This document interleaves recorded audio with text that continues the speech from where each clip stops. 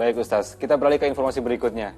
Jadi pemirsa, ini ada informasi yang sungguh mengejutkan. Ini tega mencabuli anak tirinya yang masih berusia 9 tahun, buruh bangunan, warga Tanjung Morawa, Kabupaten Deli Serdang berinisial RP, diringkus tim Reskrim Polresta Deli Serdang.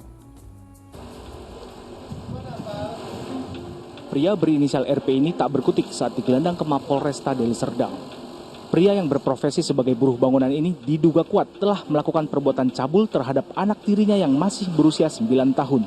Polisi menangkap RP di tempat tinggalnya setelah mendapat laporan dari ibu kandung korban bahwa anaknya telah mendapat pelecehan seksual dari ayah tirinya. Saat dimintai keterangan oleh polisi, RP mengaku telah melakukan perbuatan bejatnya itu selama 3 kali. Aksi cabulnya dilakukan di rumahnya sendiri saat sang istri tengah tertidur pulas di kamarnya. Terbongkarnya kasus ini bermula saat korban menceritakan perbuatan tersangka yang tak lain adalah ayah tirinya kepada ibu kandungnya.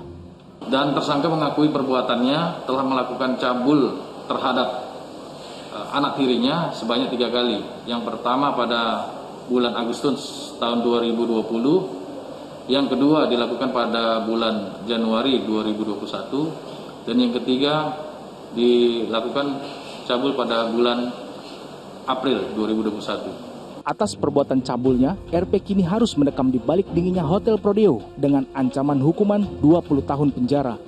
Cuk Arbianto melaporkan dari Deli Serdang, Sumatera Utara. Nauzubillah min dzalik, semoga kita semua terhindar dari perbuatan yang dilakukan tersangka. Dan Ustaz, saya ingin ngobrol dengan Ustaz tapi tidak tentang perbuatan cabulnya, karena itu sudah jelas sangat-sangat melanggar hukum agama dan hukum negara. Nah, tapi yang saya pengen soroti Ustaz, kita misalnya dalam posisi sebagai sang ibu yang punya anak lalu menikah lagi dengan seorang pria. Jadi anaknya adalah anak tiri bagi si pria itu sendiri. Nah, Ustaz, bagaimana kita sebagai sang ibu untuk menjaga anak kita? Meskipun kita kan menikah, pasti kan ada percaya.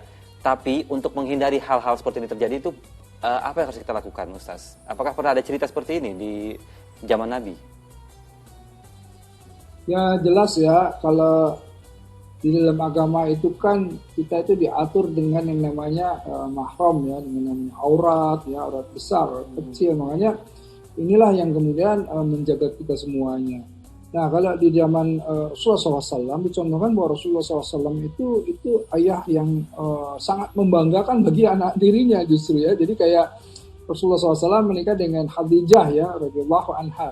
Kan beliau juga sudah menikah dari suami yang sebelumnya, ada namanya anaknya itu Hindun bin Abu Halah ya. Jadi Hindun itu bahkan membanggakan sekali ayah tirinya. Jadi ketika Hindun bicara bahwa ayahku Muhammad, ibuku Khadijah, saudaraku Qasim, dan saudariku Fatimah, siapa yang mempunyai nasab seperti ini? Jadi dia bangga sekali gitu ya.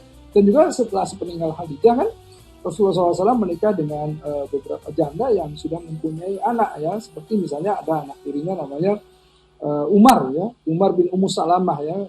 Nah ini juga anaknya Ummu Salamah. Ada Zainab juga, anak yang paling kecil dari Ummu Salamah. Nah ini bagaimana dicontohkan oleh Rasulullah SAW bahwa beliau menyayangi anak tirinya sebagaimana anaknya sendiri gitu. Jadi ini keluar dari kisah-kisah anak-anak tiri beliau gitu, bagaimana Rasulullah SAW memperlakukannya dengan sangat baik. Nah karenanya dari contoh inilah sebetulnya kalau kita lihat tuntunan akhlak, bagaimana ya seorang ayah walaupun itu ayah tiri harus kemudian membimbing anak-anaknya. Nah ini penting sekali. Kalau tadi yang namanya orang yang memang ya secara akhlaknya tidak baik, adabnya tidak baik ya, yang tidak memegang teguh tuntunan agama ya akhirnya hanya mengikuti nafsunya saja. Nah kalau orang sudah mengikuti nafsunya akan merugikan bukan hanya dirinya sendiri tapi banyak orang yang dirugikan. Nah inilah nauzubillah min dzalik, karenanya masuklah pada tuntunan agama, insyaallah hidup selamat dunia wal akhirah. Ya Ustaz, bagaimanapun ayah tiri ini kan sebelumnya adalah orang asing yang akhirnya berumah tangga dengan sang ibu, lalu menjalin kehidupan rumah tangga dan juga hidup bersama dengan anaknya. Nah, jika tadi Ustaz mengajarkan tentang bagaimana kita sebagai seorang ayah tiri untuk menjadi panutan bagi anaknya. Nah, tapi jika seorang ibu menikah dengan seorang pria dan dia membawa anak, nah bagaimana seorang ibu ini untuk mendidik anaknya agar tetap menjaga diri sehingga tidak terjadi hal-hal seperti ini? Ya, diberi pemahaman, bahkan bukan hanya anak tiri ya, kan dalam Islam itu, ini komprehensif sekali ya, kafah, menyeluruh sekali. Seorang ibu dengan anak kandung yang laki-lakinya saja, kalau sudah akil balik kan tidak boleh kemudian tidur di tempat tidur ibunya gitu ya.